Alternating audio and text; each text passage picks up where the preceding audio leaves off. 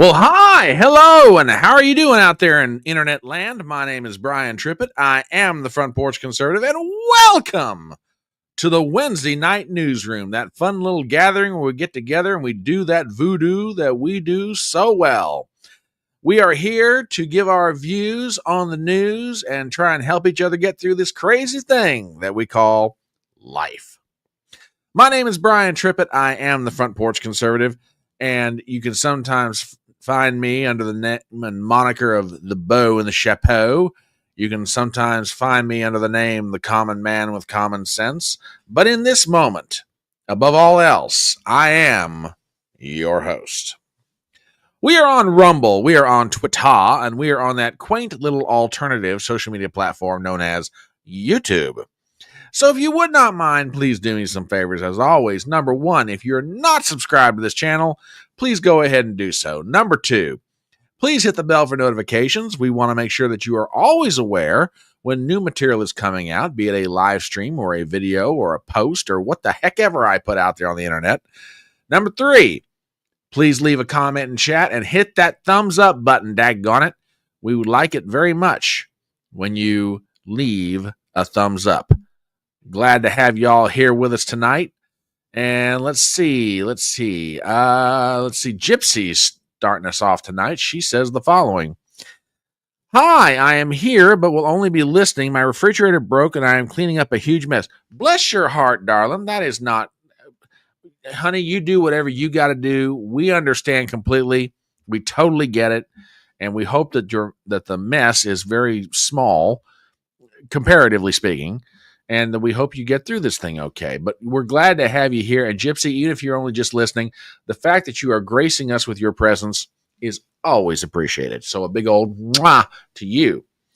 Let's see who else is here. Let's pop over to Rumble momentarily. TBA is in the house. Apparently he has seen the memes in advance. And WWG1's definitely in the house. Just made it. Needed to take the garbage out. Wife made me. Well, you'll have that in the big city, WWG1. I hear those city wives, they make you do that sort of thing, daggone it. Oh, my goodness. So glad to have y'all here tonight. Lots to talk about. Oh, boy, have we got stuff to talk about. Oh, some of it's serious. Some of it's sublime. Some of it, you never quite know. Robert Lowry's in the house, and a fist bump to you, my friend. Barely awake, but I'm here. Well, you know what? We're glad to have you, brother. Glad to have you. TBA says city wives, huh? Yes. Them there city wives, don't you know? They apparently they're more demanding, man. That's what can I tell you, man? Them country wives, maybe not so much. I don't know. Anyhow, glad to have you guys here tonight. As always, we have got a fun little live stream put together. Hope you enjoy it. I've had a lot of fun, shall we say, gathering up this info and things I find kind of interesting or humorous or what have you. And as always, we will start off with a few memes. And WWG1 says, country wives don't smell as good anyway. Well, I've heard that, but I didn't want to say anything, brother. Just saying. Anyhow. Ooh, you wingnuts are in rare form tonight over there on Rumble. I'm telling you right now. I feel a disturbance in the force. I can just tell y'all are just like, y'all are ready to pounce. That's all I'm saying. Anyway, glad to have you guys here tonight. Hope you enjoy the live stream. Let's get right to it. Now, as a general rule of thumb, I do not think that men should wear women's clothing. Okay? Now, don't get me wrong. If a lady sees that her gentleman is cold, maybe she's got an extra sweatshirt or what. I mean, I get that. But as a general rule of thumb, no, men should not be dressing up like women. However, some men apparently have figured out that it is to their benefit sometimes to wear women's clothing. I mean, for example, if you can get this kind of a use out of a bra cup, I mean, I'm not, look, these are hard times. You got to do what you got to do. And I mean, if you can wind up securing yourself a 0% loan out of this deal, I mean, yeah, I guess you know, I don't know, man. I don't know. It's just, it's one of those deals. If that missing lady, now ladies don't be giving them too much grief. If a missing bra cup winds up getting you guys a 0% loan on something you guys are trying to do, I don't know that you really ought to be complaining about this. I mean, I'm just saying, just saying. Oh my goodness. Wait a minute. How do you know about country wives? Well, now I've been around quite a few country folk in my time, and I am not disparaging country wives, Crystal Kitty. So don't get backed up on me here. I'm just saying, you know. So, I loves me some country wives. I loves me some city wives. For all y'all that have wives, good on you. Just saying. Just chill out. Well, now a little bit. I am accused of that on occasion, Robert. I am accused of that on occasion. Anyhow, oh my goodness, I've already started controversy tonight and haven't even got into a topic yet. Goodness me. A lot has been said about the Iranian strikes that the U.S. committed recently, and I don't think we have focused enough on how traumatic it has been for the Iranian people. I mean, seriously. I mean, there are certain segments of the population of Iran, according to reports, man, they're going through a really bad time. I mean, ever since we launched those bunker buster bombs over there, man. Matter of fact, there's one group of people in particular, they are just totally messed up, still are, and I don't know if they're ever going to recover from this thing. I mean, if you're an Iranian nuclear scientist, man, can you imagine how tough it is driving to work when you're looking up in the sky all the time? I mean, my goodness. Look, if I were on the road with these Iranian scientists while they're driving, I wouldn't want to be near these guys if they're behind the wheel of a car. I mean, good God. That's just terrible. Absolutely awful, man. Absolutely awful. No bueno. No bueno whatsoever. So if you happen to find yourself driving beside an Iranian nuclear scientist, just back away as fast as you possibly can.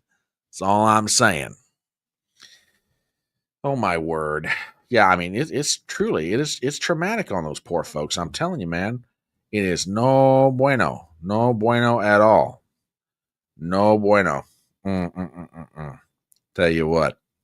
Now, marketing.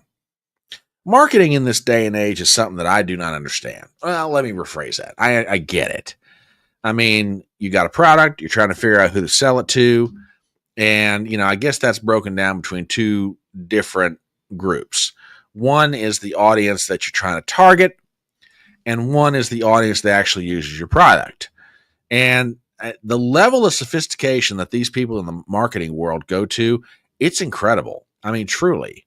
I mean, they can absolutely, like, right down to the neighborhood somebody lives in, figure out who's going to buy their product. I mean, for example, when they came out with the video game Call of Duty, you got your target audience, you got the actual audience.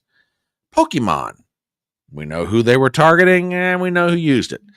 Communism, we know who they were targeting. Whoa, wait a minute. Oh, go hold it. Wait a second. What is this? Pink-haired woman got the actual audience for communism? Oh my gosh. Okay, maybe this is one of those moments where the marketing guys didn't get it quite right. I'm just saying, oh my gosh, really tough indeed. Oh, goodness me. Oh, my word. All right. I want to thank Adam. I want to thank WWG1 in advance for some of his contributions to the Merry Memes. And that sort of gets us to our first topic of the night. And it is one of the biggest bombs that has dropped, no pun intended. One of the biggest bombs that's dropped, and that is today, Tulsi Gabbard, the Director of National Intelligence, declassified more documents, and it turns out there is a direct tie from Barack Obama to what happened to Donald Trump at the beginning of his presidency. And to that end, we have a meme that pretty much sums up, or at least what may sum up the feeling of Barack Obama at this point in terms of how things are going for him. You know, if he's looking through the door hole, well, you see that on the other side, that might give you some pause for concern. I'm just saying. So, want to thank WWG1 for that one. And I'm telling you what, not good for old Barack Hussein Obama. Now, wait a minute. The wingnuts over here are saying that I'm missing some conversation. Give me just a moment here. Let's see.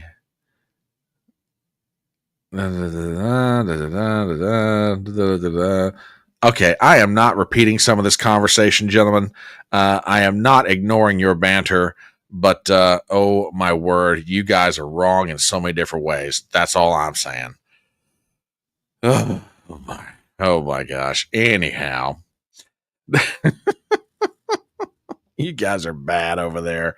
You really are bad. I apologize to the YouTubers who are like, what the heck is he going on about? Anyway, let's get back to our topic. Tulsi Gabbard. When she was first nominated for Director of National Intelligence, I had a feeling, as did many people, by the way, that Tulsi was going to wind up being one of the shining stars of the Trump administration. And as with every person who works in an administration, there are moments that you're in favor, out of favor. Maybe you're in favor. Maybe you're not in favor. Maybe you're rumored to be in favor. Maybe you're rumored to be out. You never quite know unless you're there. Well, for a lot of people felt that for the past few weeks, particularly since the launching of those bunker buster bombs on Iran, that Tulsi was out of favor because she wasn't in the room working with Trump on some stuff. Okay, maybe not. Or maybe she was working on a much bigger project at the time. And if that's the case, the past 5 days have shown what it is she's been working on. She has been declassifying documents left and right. The first set came out last week and said that, oh yeah, it's quite obvious. The intelligence assessment from December of 2017, just after Trump won the election, December 2016, that intelligence assessment, that ignored previous assessments from 3 months earlier that said, all right, the Russians might have an interest in creating some chaos, but they're not going to interfere in our elections. That was the assessment of the intelligence community in September 2016. And then 1 month after Trump wins, oh my gosh, there's collusion between Putin and Trump. Oh my God. Isn't that awful? It's terrible, folks. Terrible, I say. Now, that was interesting enough. Today, however, and I think TBA says it best over on Rumble, Tulsi drops a big Moab, and we're joking about slingshot bras. Why are you joking about slingshot bras, for God's sake? Oh, forevermore. I apologize. I disavow. Don't you leave the audience. I disavow. Cool it, you guys. Cool it. Anyway. So Tulsi dropped some documents today. And I'm gonna take it right to her opening statement. And folks, this be about as good as it gets. So as always, give me a sound check. Let me know the sound's coming in okay. And here we go. Thank you very much. Good afternoon. At President Trump's direction and with the support and coordination with the House Intelligence Committee Chairman Rick Crawford, today we've released a declassified Oversight Majority Staff report that was produced in September of 2020. The stunning revelations that we are releasing today should be of concern to every American. This is not about Democrats or Republicans. This has to do with the integrity of our democratic republic and American voters having faith that the votes cast will count. There is irrefutable evidence that detail how President Obama and his national security team directed the creation of an intelligence community assessment that they knew was false. They knew it would promote this contrived narrative that Russia interfered in the 2016 election to help President Trump win, selling it to the American people as though it were true. It wasn't. The report that we released today shows in great detail how they carried this out. They manufactured findings from shoddy sources. They suppressed evidence and credible intelligence that disproved their false claims. They disobeyed traditional tradecraft intelligence community standards and withheld the truth from the American people. In doing so, they conspired to subvert the will of the American people who elected Donald Trump in that election in November of 2016. They worked with their partners in the media to promote this lie, ultimately to undermine the legitimacy of President Trump and launching what would be a years-long coup against him and his administration. Yeah, I'd say that pretty well qualifies as the Moab of the day. Let's talk about this for a minute. I don't think this is over with yet. Now, what do I mean by I don't think this is over with yet? Ladies and gentlemen, Tulsi Gabbard is kind of like, in one sense, Mike Flynn. I think Flynn is better. I think Flynn knows exactly where all the bodies are buried. In other words, he knows what stones to kick over to find a snake or whatever it is you're trying to hide under it. I think Tulsi's got the same talent. When I say I don't think this is over yet, I don't think she's done releasing documents. I don't think she's done putting the truth out there. I don't think she's done naming names. See, last week, you could have kept Obama out of this. Okay? There, my friend, is the $1 million question. And I am cautiously optimistic, but I'm not holding my breath either. Juan, I'll be perfectly honest with you. Don't know. I don't know. Yeah, no, I totally agree. If no one's going to prison, this is all theater. It has been referred to the Justice Department, which I don't have that clip pulled up, but I know for a fact this has been referred to the Justice Department. Now, what they do with it, no idea. Yep. I do not blame you guys one bit for your cynicism. I'm going to be honest. Until I actually see some people getting perp walked, I'm not getting excited yet. I'm excited for that result. I'm getting excited for all the documents coming out. I'm getting excited that we are being vindicated in that the opinions that we intuitively, instinctually, and commonsensically knew to be true are being proven by evidence.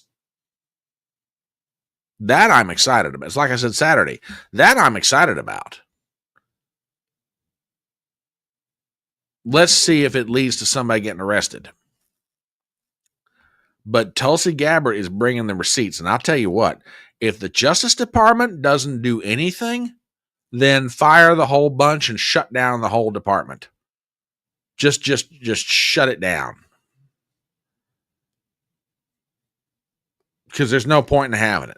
I mean, Tulsi Gabbard is serving up on a silver platter as much information as you could possibly want in this matter. Now, if you're wondering what it is I'm referring to, I've got some samples of it here. Give me just a second. Yeah, here we go. So this is a little small to read, but let me see if I can do it for you here. Give me 1 second. Yep, here we go. You'll notice that box that's squared in. I'll try and read that one for you. Most of the 15 were unremarkable, talking about previous documents. But 3 contained flawed information, and these 3 became foundational sources the intelligence community assessment cited to claim Putin aspired to help Trump win.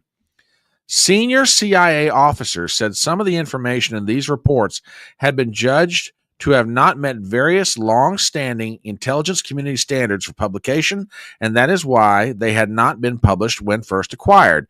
2 sensitive reports were not published on Department of the CIA's orders, etc. 3 reports were published after the election on Department of the Central Intelligence Agency orders, despite veteran CIA officers' judgments that they contained substandard information that was unclear, of uncertain origin, potentially biased, implausible, or, in the words of senior operations officers, odd. In simpler language, the certain CIA officers were telling their higher ups, "Hey guys, this information that you're using for this that you're putting together here, this stuff's no good. We know it's not good. It just feels phony." And they're like, "Nope, we're going to put it in the report anyway." Really? Okay, that's interesting. Going back to that document in question, there's one other part of it. Let me see here. Yeah. Here's the kill shot, so to speak. December 2016. Brennan orders publication of substandard reporting on Russian activities during the election. Now listen to this. Acting on President Obama's orders, the Department of the Central Intelligence Agency, the director, Brennan, directed a full review and publication of raw human intelligence information that had been collected before the election. CIA officers said that some of this information had been held on the orders of the director of the CIA, while others reporting had been judged by experienced CIA officers to have not met long-standing publication standards.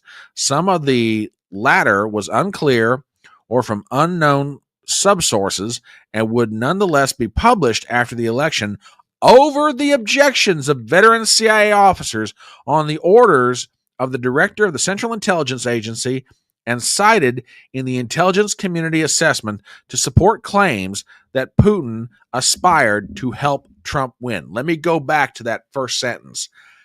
Acting on the orders of President Obama. I'm telling you, she's serving it up on a plate. I don't know how you make it any more clear.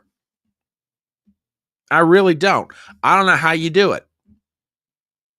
I'm telling you, if the Justice Department doesn't do a thing with this, shut down the department. Shut it down. She's giving the Department of Justice the roadmap right to Barack Obama. All this stuff in the end leads back to him. He ordered the director of the Central Intelligence Agency at the time, Brennan, to publish this new intelligence community assessment report. And he's sitting there going, and Brennan's own CIA officers are telling him, "Sir, this is not valid information to be putting in this assessment. This stuff's shady as all get out. We don't trust the sourcing. We don't trust anything." Brennan's like, "Screw it. We're going to publish it anyway." Why? Because his boss, Barack Obama, told him to do it.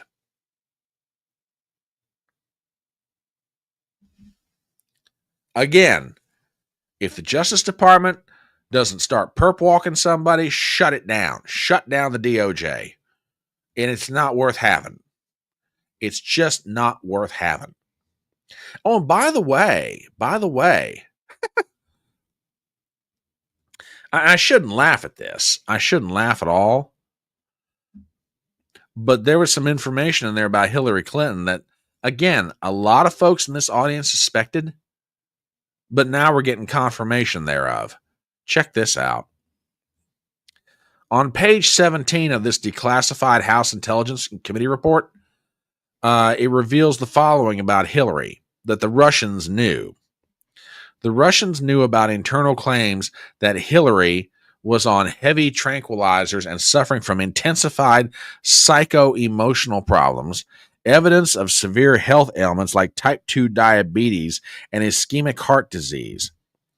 The Russians were aware of internal DNC communications that Obama and others found Hillary's health to be, quote, extraordinarily alarming. The Russians were fully aware of evidence of secret meetings with religious leaders in which Clinton offered significant increases in funding from the State Department in return for their support. The Russians were also aware of internal Democrat admissions from European leaders that they were unenthusiastic about the thought of a Clinton presidency and they didn't think she was up to the job. Now, Charlie Kirk in this tweet makes a really good point, and it's this. If the Russians were so worried about trying to collude to make sure that Donald Trump won, why didn't they publish all this information? I mean, it's not like they wouldn't have the ability to get it out into the public consciousness. Yet they kept their mouth shut, which kind of goes back to the assessment of the CIA officers back in September of 2016. They knew that the Russians were going to try and create a certain amount of chaos, but they weren't really worried about the Russians interfering in the election. And frankly, if they did want to interfere, that's the kind of information you definitely want to put out there. Yet the Russians didn't do it. Good evening, my dear.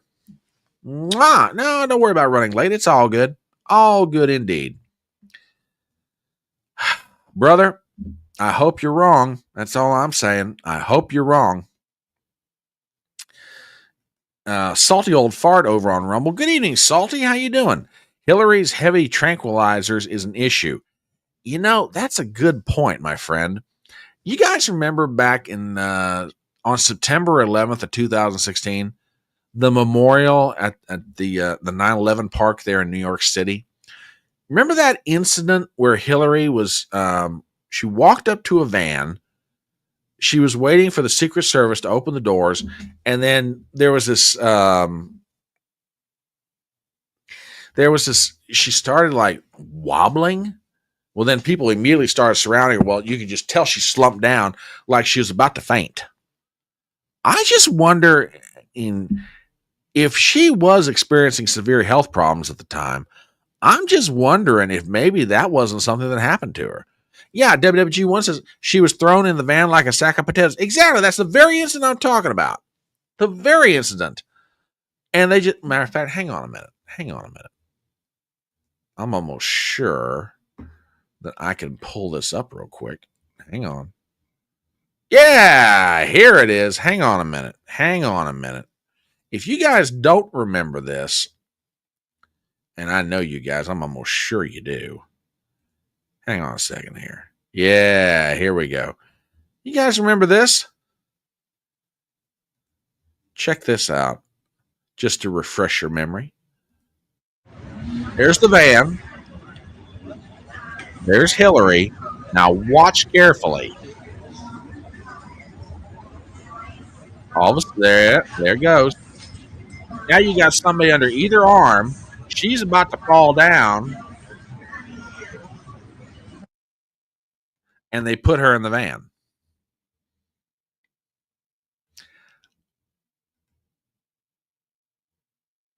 You know.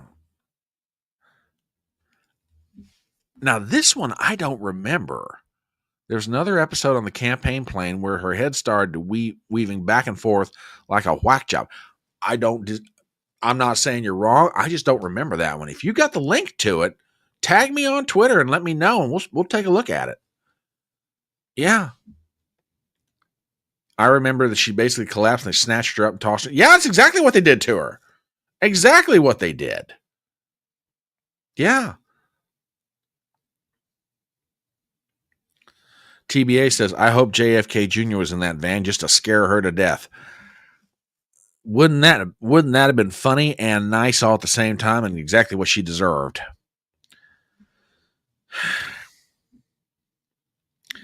But yeah, I mean, the Russians knew about these health problems apparently and did nothing with it. If they were going to collude to try and make sure that Trump won, wouldn't it kind of make sense that they'd want to put that information out there? Now, where is all this going? Well, a lot of us, understandably so, are very unconvinced that anything's going to happen. And like I said, I get it. I really genuinely get it. You know, but the information's being delivered. What happens from here? Yet to be determined. Yet to be determined. But I give Tulsi Gabbard and her folks over DNI a lot of credit. A lot of credit. They're bringing forth the truth. Where it goes and who winds up being affected by it, yet to be determined. Yeah, that information about Hillary's health, if the Russians really wanted Trump to win, they'd have plastered it all over the place. Salty old fart over on Rumble says Putin had dirt on Hillary. He was going to use it if she got elected. You know, that's a good point. Maybe that's part of why he didn't put it out there. Could be. That's a good thought. Hadn't quite considered that one, but that's not a bad one either. Interesting. Anyway, there's your update of the day as far as the information Tulsi Gabbard's dropping. I tell you what, like I said at the beginning, when she got picked for director of DNI, a lot of us thought we got a good one, and I think we really do. Now, it's like she said at the press conference. She's not a lawyer, and she's not working for the Department of Justice. Her job is just to put the information out there. And on that score, 10 out of 10, young lady. You keep it up, girl. We're proud of you. All right. Let us move to a different compartment of the train, as it were. But before we do, a real quick commercial. If you have happened on this wonderful little live stream, and you're saying to yourself, who the heck is that handsome devil in the fedora? Well, let me introduce myself. My name is Brian Trippett, and I am known as the Front Porch Conservative. You can find me on social media on Twitter. You can find me on YouTube. You can find me on Rumble. We do a live stream on Wednesday nights called the Newsroom. We talk about the news, we give our views, and as I jokingly say, we try and help each other make it through life. If that is your cup of tea, if you enjoy the content we're putting out here, the fun we're trying to have, please do me a favor, subscribe to my channel on YouTube and Rumble. I'd greatly appreciate it.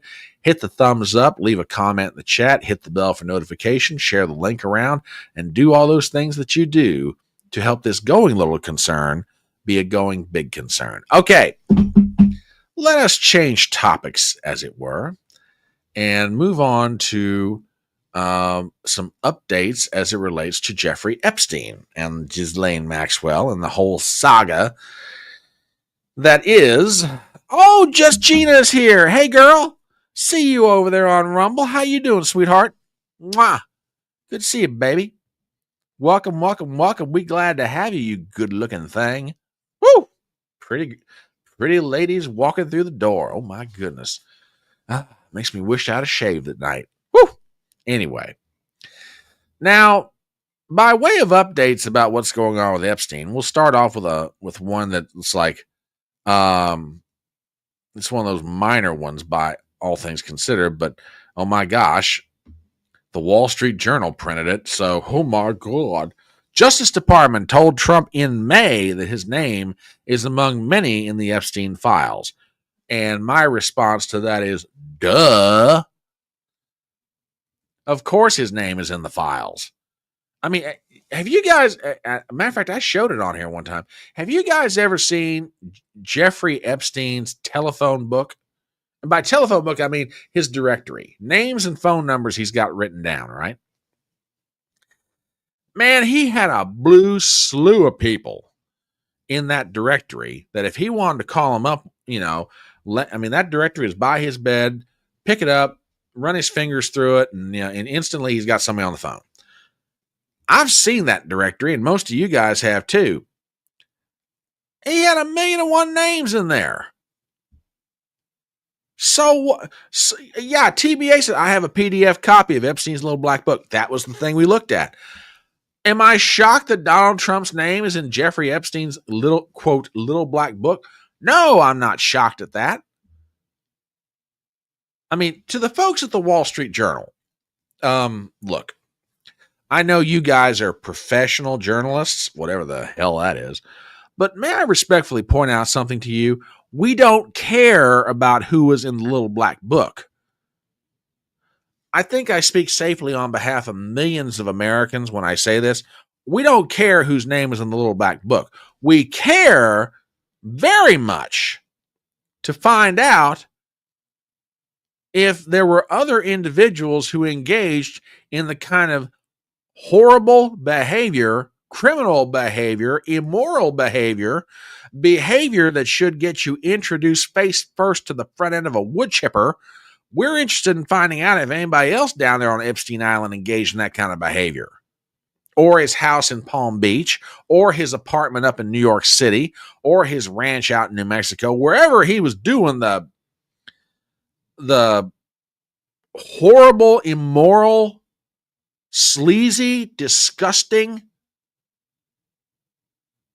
capital punishment inducing behavior that he was engaged in. We'd like to know. Why? Well, not because we're necessarily nosy. We just believe in equal justice under the law, and that nobody is above the law. Doesn't matter if they're a titan of industry or a politician or whatever they are. We'd like to know.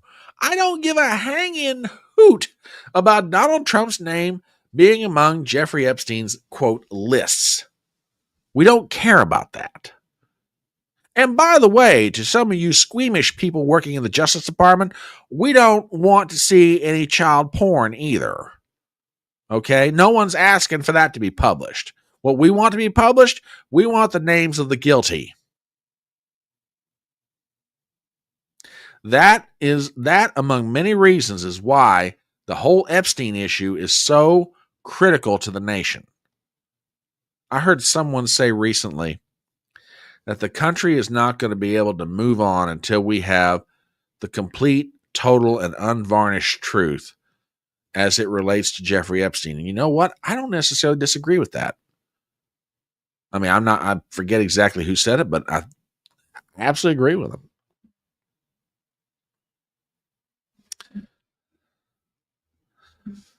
I lay a little bit of the blame on this, unfortunately, to some zealous folks on the right. Many people on the right made the implication that if you were friends with Epstein, you were equal to a PDF. Okay, that's fair. That is totally fair, Lana, and I don't necessarily disagree with you, darling. But yeah, I mean, that's why we're interested. I don't care. So to the folks at the Wall Street Journal, thank you for telling us what we already knew. Good job. Good job. Jeez. Anyway, now that's one update that relates to Epstein. Now, there's another one, and I'm trying to get my arms wrapped around this because I got to ask you guys about this one. I mean, there's a couple other little tidbits of information, but there's one that I can't quite figure out. Now, before I drop that one on you, here's a piece of information, and this was published today from ABC News. Headline: House Oversight Committee issues subpoena for Ghislaine Maxwell. Epstein's convicted associate will be interviewed in federal prison in August. Article by Lauren Peller, John Parkinson, and Jay O'Brien. We've got the following. Dateline, Washington, D.C. House Oversight Committee Chairman James Comer on Wednesday issued a subpoena to Ghislaine Maxwell, convicted associate of Jeffrey Epstein, for a deposition to occur at Federal Correctional Institute, Tallahassee, on August 11th. Quote, the facts and circumstances surrounding both your and Mr. Epstein's cases have received immense public interest and scrutiny, Comer wrote in a statement on Wednesday. Maxwell was convicted of sex trafficking and other charges and sentenced to 20 years in prison in 2022. quote, what we're talking about here is someone who's in federal prison on appeal, so our attorneys will want to communicate with her attorneys to see if there are terms if she wants, Comer said before the subpoena was issued. If there are no terms, we'll roll in there quick. Now, that was today. Okay. And all that is, and I give Comer credit. That's positive. That's what he's supposed to be doing. I agree with it completely. Ghislaine Maxwell has information about what's going on. Let's find out what she's willing to say. Okay. In the meanwhile, yesterday, we have this statement from the Deputy Attorney General, Todd Blanche. And it reads as follows. Quote, the Department of Justice does not shy away from uncomfortable truths, nor the responsibility to pursue justice wherever the facts may lead. The joint statement by the DOJ and the FBI on July 6th remains as accurate today as when it was written. Oh, bullshit. Sorry. Namely, in that the recent thorough review of the files maintained by the FBI in the Epstein case, no evidence was uncovered that would predicate an investigation against uncharged third parties. President Trump has told us to release all credible evidence. If Ghislaine Maxwell has information about anyone who has committed crimes against victims, the FBI and the DOJ will hear what she has to say. Therefore, at the direction of Attorney General Bondi, I have communicated with counsel for Miss Maxwell to determine whether she would be willing to speak with prosecutors from the department. I anticipate meeting with her in the coming days. Until now, no administration on behalf of the department had inquired about her willingness to meet with the government. That changes now. All right, let's talk about this for a second. Good evening, sir. How are things in the Great North? Fist bump to you. Let's talk about this for a second.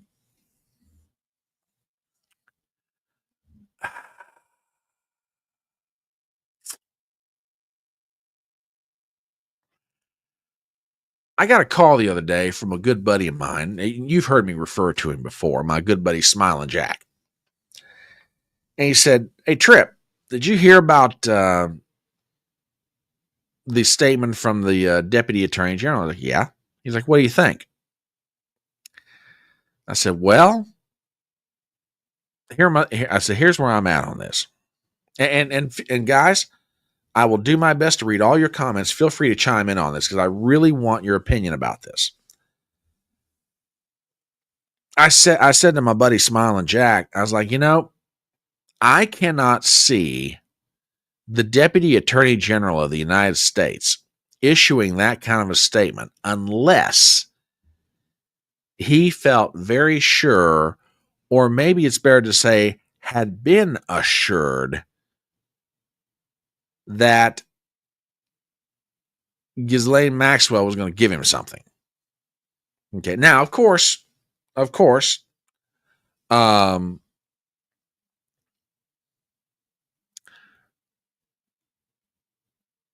information's got to be verified. Hang on a second.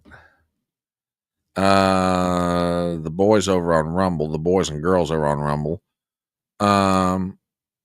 Guillotines, the Iron Maiden, burning at the stake,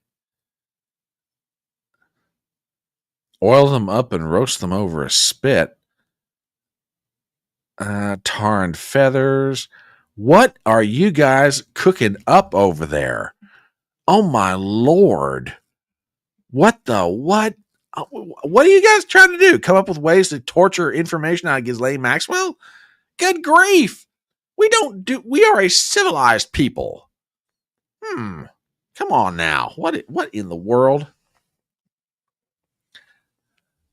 Y'all are wrong in so many different ways over there. Rumble God Squad, Gina calls them. Interesting. I like that. Robert says Maxwell will say whatever's in her best interest regardless of the veracity. Yeah, see, that's just it. Todd Blanche would not put out that kind of a statement unless he was either sure or had been assured that Ghislaine Maxwell is going to give him something. Now, that said, obviously the Department of Justice would have to verify whatever Maxwell told them. But why would you put out that kind of a statement? Because that's very bold. Now, I say all that to set up one more piece of information, and I really, really hope that this is not true. But if it is, it might in part explain why Todd Blanche put out that press release yesterday. Now, there's a lot of social media content creators that I love to follow, and one of them is Lionel, Lionel. You guys have probably heard of him. Has a wonderful YouTube channel. He's on YouTube, he's on Twitter, various other places. And he got a hold of a piece of information, and again, it's a rumor. Let me just put this out there right now. This is a rumor, okay? But if true, and God, please don't let this be true, but if true, it starts explaining a bunch of different things. And with that said, I'll put it up here and read it to you guys. From what I'm hearing, Ghislaine Maxwell may be offered a commutation, not a pardon, by the Justice Department under the condition, number one, she leaves the country permanently, and two, agrees never to publicly talk about the Epstein case. This potential deal reportedly comes as pressure intensifies on Capitol Hill for full Epstein transparency from lawmakers demanding answers about the cover-up, sealed records, and allegedly elite connections. The move suggests a backdoor resolution that protects key figures while silencing Maxwell indefinitely. Critics argue that this would be a blatant attempt to bury the truth while appearing to offer justice. Stay tuned. This could explode. Well, let me tell you something, folks. My beloved members of Fedora Nation.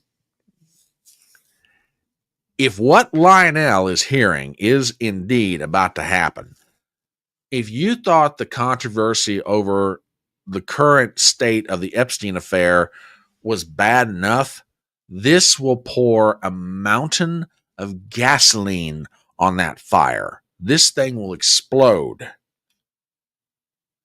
If the Justice Department commutes her sentence, lets her leave the country on the condition she never publicly talks about Epstein again, and it's found out that that was what was done, all hell will break loose.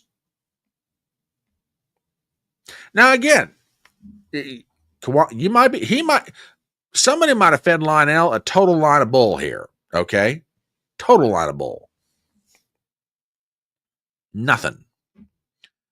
But if this is true, it starts explaining some things. Number one, it explains in part why Todd Blanche puts out that statement. It also explains why Congress isn't going to depose Ghislaine Maxwell until August. Think about it for a minute.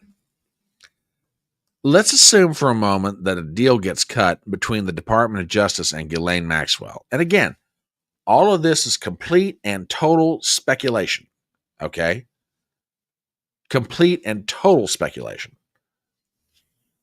But let's just assume for the sake of argument, she gets offered a deal.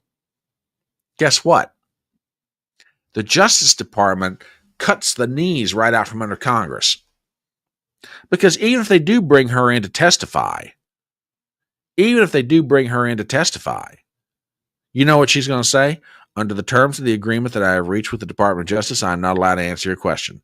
And you're going to hear that or some version of it for however long she's up there in front of a committee. You'll never get anything out of her.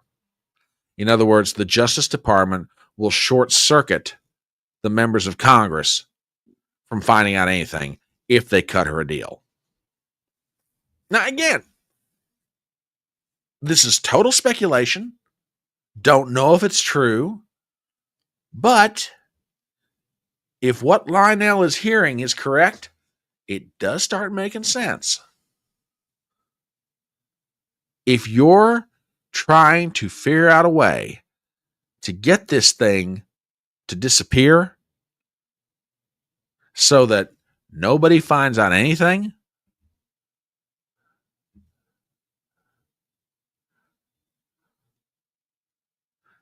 give her a deal where she can't talk.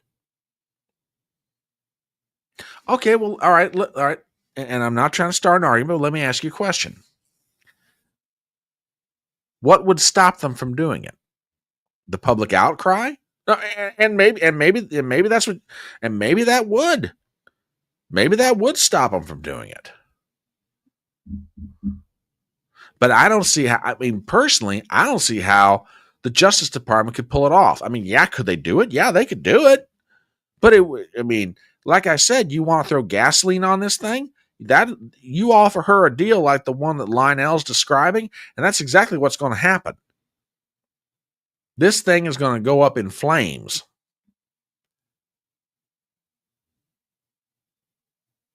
So I don't know, man. I don't know. I'm just, like I say, nothing happens until it happens, and even when it happens, we don't know if it happened. But I'm just saying, this is what some people are thinking about.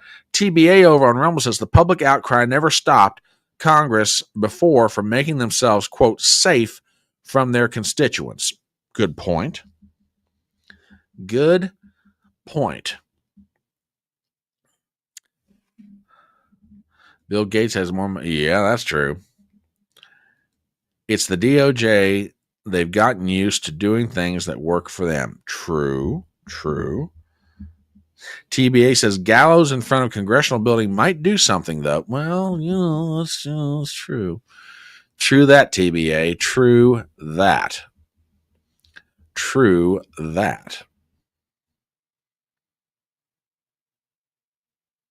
So I don't know, guys. I don't know. But that's the latest by way of updates about our friend Jeffrey Epstein. And keep in mind, I use the word friend quite loosely. Oh, one last piece of news, and this comes out of Florida. And I'll pop this up on screen for your all's benefit. From the UK Guardian. Judge rejects Trump administration's bid to unseal Epstein grand jury transcripts. Administration mired in a scandal over president's previous links to sex offender in case that has rocked the MAGA base. A federal judge on Wednesday denied the Department of Justice request to unseal grand jury transcripts related to a criminal investigation of the late sex offender Jeffrey Epstein from the mid-2000s. The move is the first ruling in a series of attempts to release more information on the case by Donald Trump's administration, which has been mired in a scandal in recent weeks after the Justice Department announced it would not be releasing any additional files related to the Epstein case, despite earlier promises from the president and the U.S. Attorney General Pam Bondi.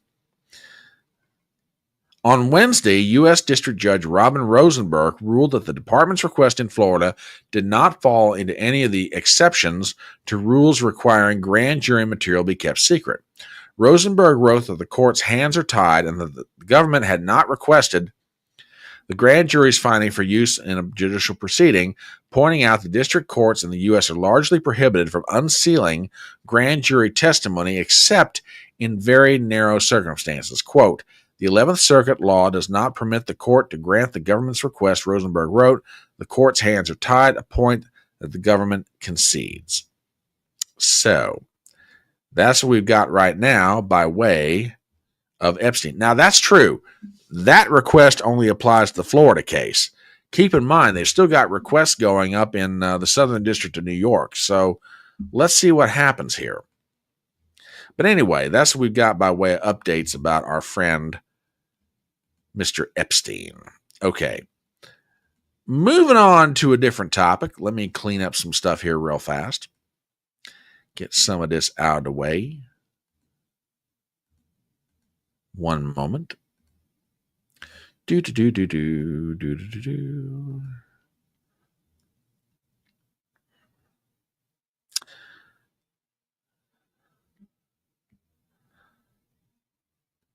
Yeah, we got a discussion about Captain Jack Sparrow going on over here. What's this?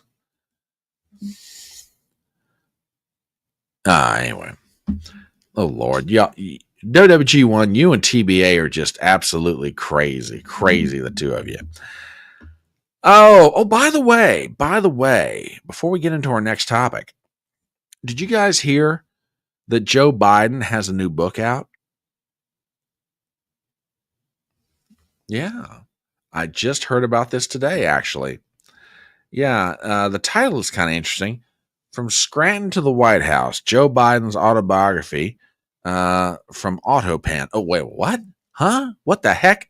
Anyway, now I'm being somewhat tongue-in-cheek with this, but that kind of sets up...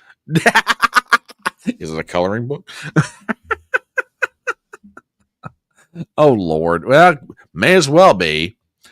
But that kind of sets up a discussion or maybe a listen to of Hunter Biden's interview. Now, up to this point, Hunter Biden has kept a very low profile, okay, as is the case with most of the members of the Biden family, which goes back to a great old American tradition, okay? Former presidents don't speak out about, the successors to the office. All right. Okay, fine. Lana, WWG1 over on Rumble says that book is more like a scratch and sniff. TBA says paint by number. Well, you ain't wrong about that.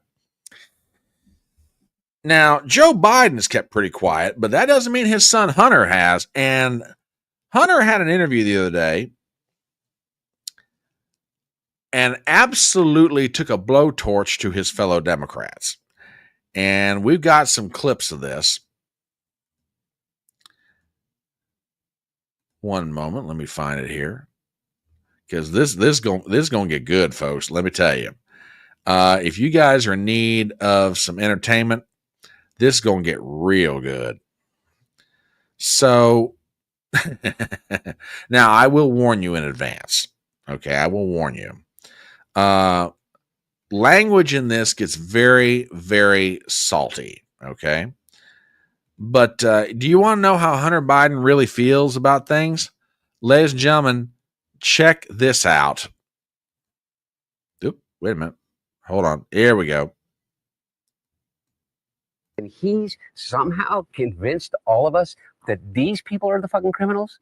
White men in America are 45 more times likely to commit a fucking violent crime than an immigrant. And the media says, well, you got David Axelrod and, Rahm fucking Emanuel. Was so fucking smart, Rahm Emanuel. Is that we got to understand that these people are really mad. And we got to appeal to these white voters. Rahm, the only people that fucking appealed to those fucking white voters was Joe Biden, 81 years old. And he got 81 million votes. And he did not because he appeased their fucking Trumpian sense, but because he challenged it. And he said, you can be an 81-year-old Catholic from fucking Scranton that doesn't understand it, but still has empathy for transgender people and immigrants. And then nobody said, oh, Joe Biden's going to turn us into a socialist state, no matter how much they said it. But these guys think that we need to run away from all values in order for us to lead. I say, fuck you. How are we getting those people back from fucking El Salvador? Because I'll tell you what, if I became president in 2 years from now, or 4 years from now, or 3 years from now, I would pick up the phone and call the fucking president of El Salvador and say, you either fucking send them back or I'm going to fucking invade. It's a fucking crime what they're doing. He's a fucking dictator thug. Bukele or Trump? Both. Yeah. Well, I think it's safe to say that Hunter is dealing with the Democrat Party's loss of the presidency. I think he's dealing with it very well, don't you? Oh, it gets better, folks. It gets better. Yeah,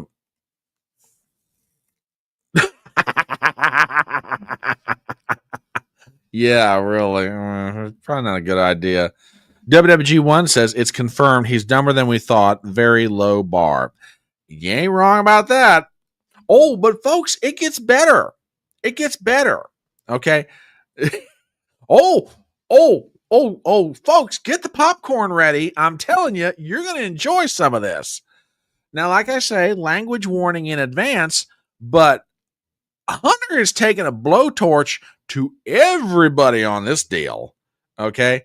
If you thought that his comments about Donald Trump were pretty salty, oh, get ready, my friends, because he's about to turn loose on his fellow Democrats. And let me tell you something.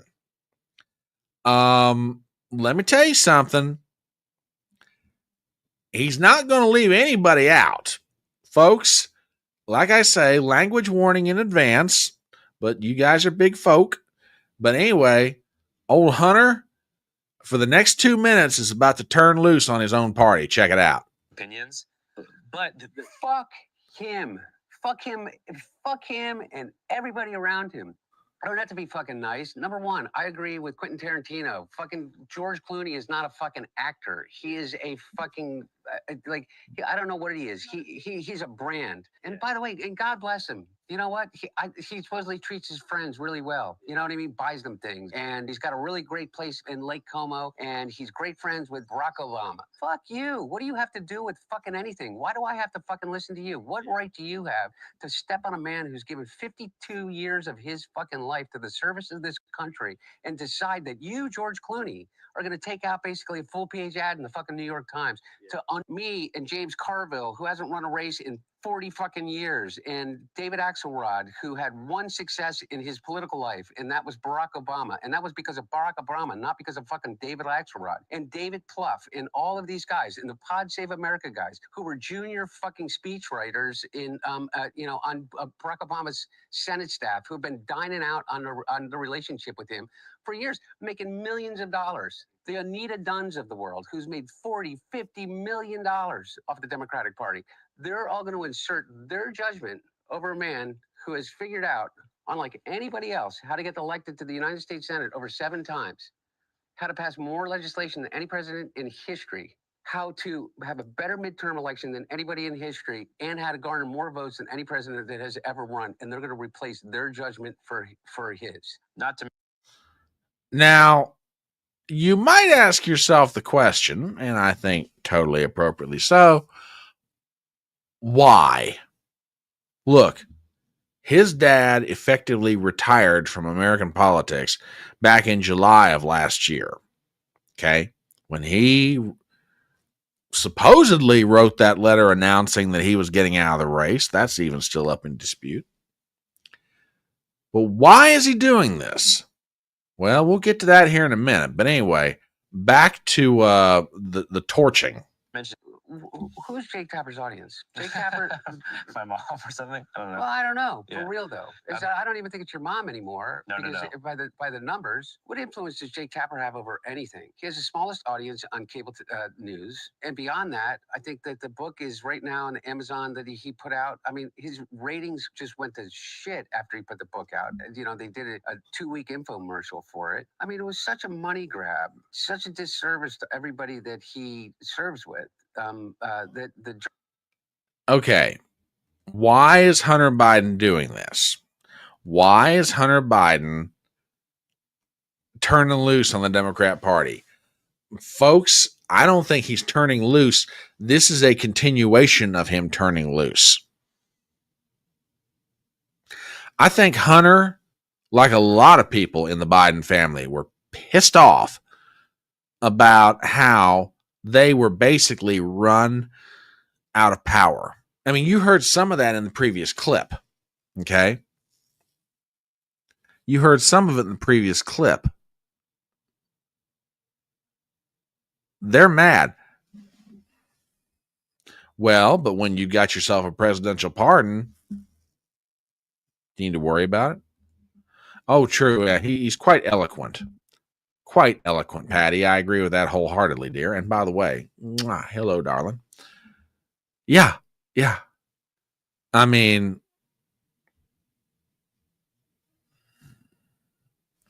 he might want to try a little bit more because he's not talking to the hookers at the crack house.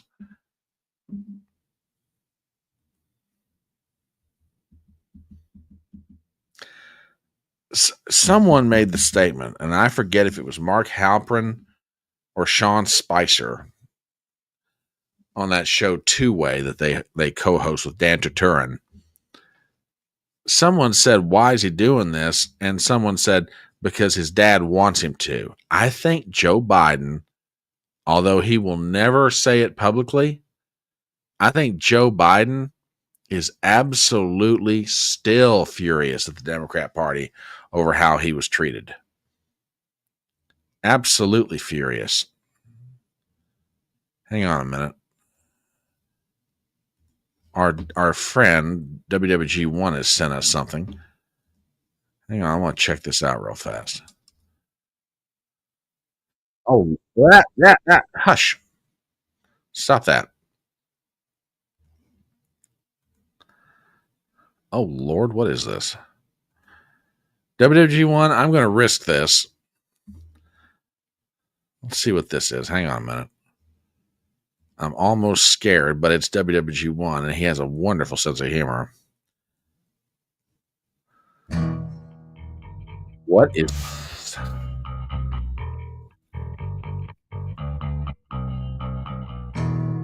Hunter wants some crack and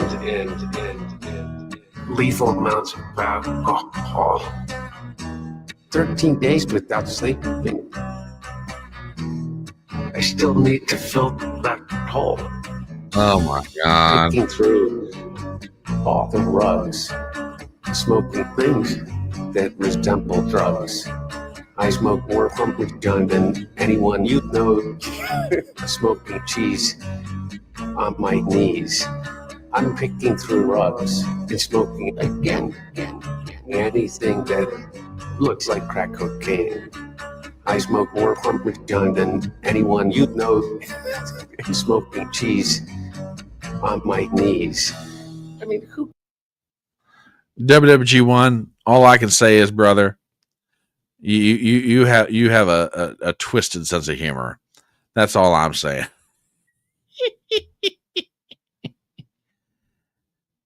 Well, no, that's true. That is true too. That's very true. Very, very true. Any future actions he engages in, nobody gets to protect him. Nobody. Yeah, the Hunter we know and know. True that. Why is Hunter Biden doing this? Why is Hunter Biden taking a blowtorch to his own party? Because I think Dad wants it said. He wants it said about how he really feels. He's using Hunter to do it. And I think Hunter's pissed off enough. He's like, "Okay, Dad, I'll do it for you." Could very well be. Could very well be. Anyway, one more clip. And why is it that the Democrats have such a horrible attitude about people coming to this country? Do me a favor and check this out. For someone, it might be like all these Democrats say, you have to talk about and realize that people are really upset about illegal immigration. You. How do you think your hotel room gets cleaned? How do you think you got food on your table? Who do you think washes your dishes? Who do you think does your garden? Who do you think is here by the sheer just grit and will that they figured out a way to get here because they thought that they could give themselves and their family a better chance. And he's somehow convinced all of us that these people are the criminals. Yep, I love how members of the Democrat Party have such a high opinion of people who come to this country, be they legally or otherwise. Gotta love it. Gots to love it. Oh boy. Hunter, you are a piece of work, my friend. You are a truly piece of work. All right, one more story for the night, and then we're going to bring it in for a landing. Have you guys heard that Candace Owens is being sued? That's right. Candace Owens is being sued, but it's who is doing the suing that is fairly interesting. Now, I want to take you back in time to one of the broadcasts from her live stream. And this will give you an idea of what's going on. Now, when exactly this broadcast took place, I'm not sure. But Candace Owens has been absolutely like a dog on a bone on one particular subject. And the subject has to do with the following. Do me a favor, check this out. So, regarding Brigitte Macron, who has now changed her face, as we learned, we know that she's seeing this doctor, she's getting feminization surgery. This is a good way. And plus, she's now in her 80s, right? And we've got only pictures from her childhood, only pictures of Jean-Michel Trogneau from his childhood.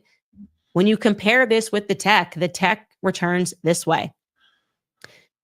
It tells us that this is a high probability, and this is with dentured teeth, different teeth, right? It is telling us that this is this boy in this school photo, okay?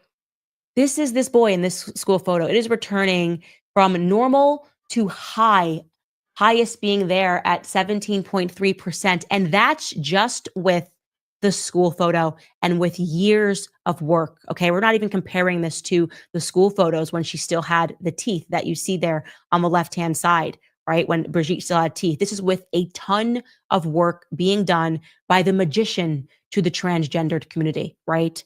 The guy that can make you a woman. He looks at you, looks at women like they're clay. And it is still certain that that is Brigitte Macron. Okay. That little boy became Brigitte Macron. It is also certain that the woman in the wedding photo, so more aged on, Brigitte Trogneau, who married Andre Louis, is not the First Lady Brigitte Macron that we see today. It is returning low probability that these are the same people. What? Now, I won't play the whole 7 minutes, but you get the idea of what's going on here.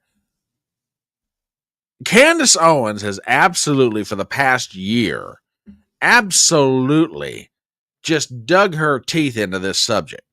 That Brigitte Macron, the wife of French President Emmanuel Macron, is not a real woman. It's a man who transitioned to be a woman.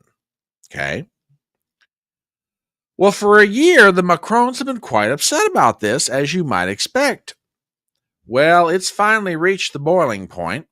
I have for you a headline from the UK Daily Mail.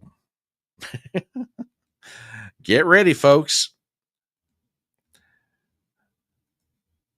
Headline: Brigitte and Emmanuel Macron launched defamation case against U.S. podcaster Candace Owens over preposterous claim French First Lady was born a man. Article by James Reynolds and David Avir. We have the following. Dateline, Paris, France. Emmanuel Macron and his wife Brigitte today filed a defamation lawsuit against Candace Owens over the U.S. commentator's preposterous claim that the French First Lady was born a man. The Macrons filed a 218-page lawsuit in Delaware accusing the right-wing podcaster of publishing, quote, outlandish, defamatory, and far-fetched fictions that fueled lie-filled campaign of global humiliation and relentless bullying. Owens attacked Ms. Macron, 72, in a now deleted YouTube video posted in March of last year, propagating the false claim that she is a biological man. The American commentator said she based her allegations on a, quote, thorough investigation by French blogger Natasha Rea, who is also being sued by the Macrons in a separate claim in France. Mr. and Ms. Macron said in a statement, quote, because Ms. Owens systematically reaffirmed these falsehoods in response to each of our attorneys' repeated requests for a retraction, we ultimately concluded that referring the matter to a court of law was the only remaining avenue for remedy. Ms. Owens' campaign of defamation was plainly designed to harass and cause pain to us and our families and to garner attention and notoriety. We gave her every opportunity to back away from these claims, but she refused. It is our earnest hope that this lawsuit will set the record straight and end this campaign of defamation once and for all. The 22-page complaint seeks an unspecified amount of compensatory and punitive damages. Well, here we go with this. Now, this is going to be fun to watch as time goes by. But I thought, that's interesting. Yeah, big Mike, big bridge. I tell you what. Good evening, Miss Tiny Tesla. Mwah, how are you, darling? Glad to have you in the house. Glad to have you in the house. Yeah, so folks, keep an eye on that one because that's going to get real spicy before it's all said and done. Okay, tell you what, let's bring this train into the station. You guys have been wonderful tonight, and it's just about time for us to call it an evening. So, as always, thank you so very much for stopping by the Wednesday night newsroom. I have been your host, Mr. Brian Trimpett, the Front Porch Conservative. We're glad to have you here. I will be back this Saturday morning with Front Porch Brunch, our weekend review of things going on in the news. Now, in the meanwhile, I agree with you. This thing between Candace and Brigitte is going to get real nasty indeed. Anyhow, thank you guys so much for being here tonight. I love each and every one of you. Come on back this Saturday morning at 10:30 a.m. And remember the words of that great philosopher, Tom T. Hall, when he said, "It's faster horses, younger lovers, older whiskey, and more money." Love you guys. Have a great Wednesday night. We'll see you later.